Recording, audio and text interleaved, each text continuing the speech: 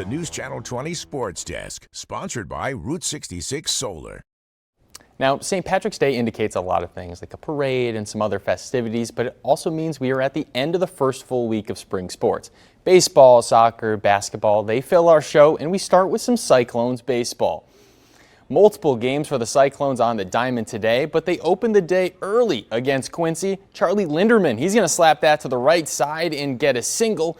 Advancing Will Lance over to third base. Lance later then scores. You'll see a pass ball come up here. He scores. And then you'll also see Linderman make his way from first to third on that play. Now Grant Blackburn would have Quincy locked up on the mound early.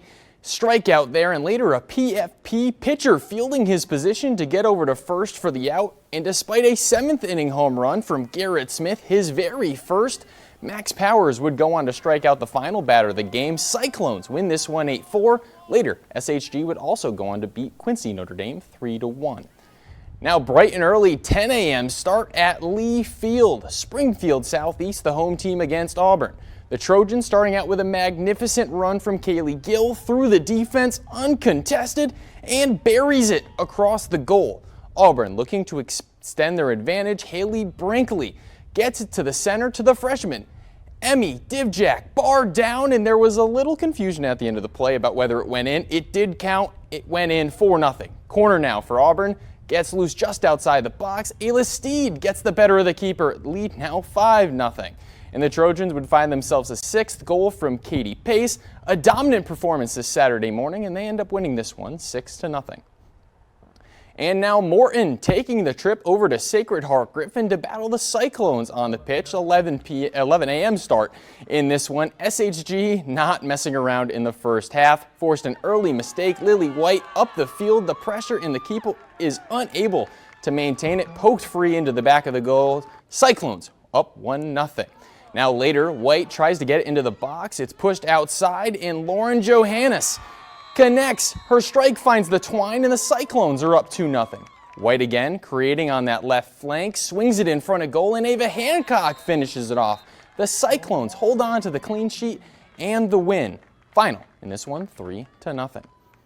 And the Illini last night stayed alive against Ohio State.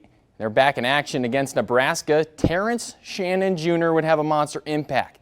He would knock down the triple for the early lead, but Nebraska, they had the responses in the first half. Mast, he'd knock down the counter triple to put Nebraska up, and they would lead 51-40 at the half. The Illini battled in the second half, winning the 20-minute period by 22 points. Guerrier with the 3, and Terrence Shannon Jr. the transition dagger. Right here, the Illini are into the Big Ten title game. Final score from Minneapolis, Minnesota, 98-87.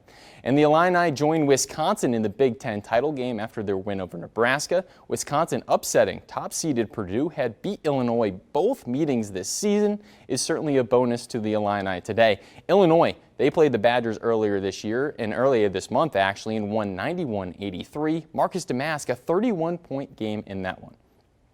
Now make sure to tune back in tomorrow following Selection Sunday for a more in-depth look at the Illini and their look at a March Madness run. But that'll do it for sports. I'm Sammy St. Jean. Don't miss a video. Subscribe to our YouTube channel today for more Central Illinois news.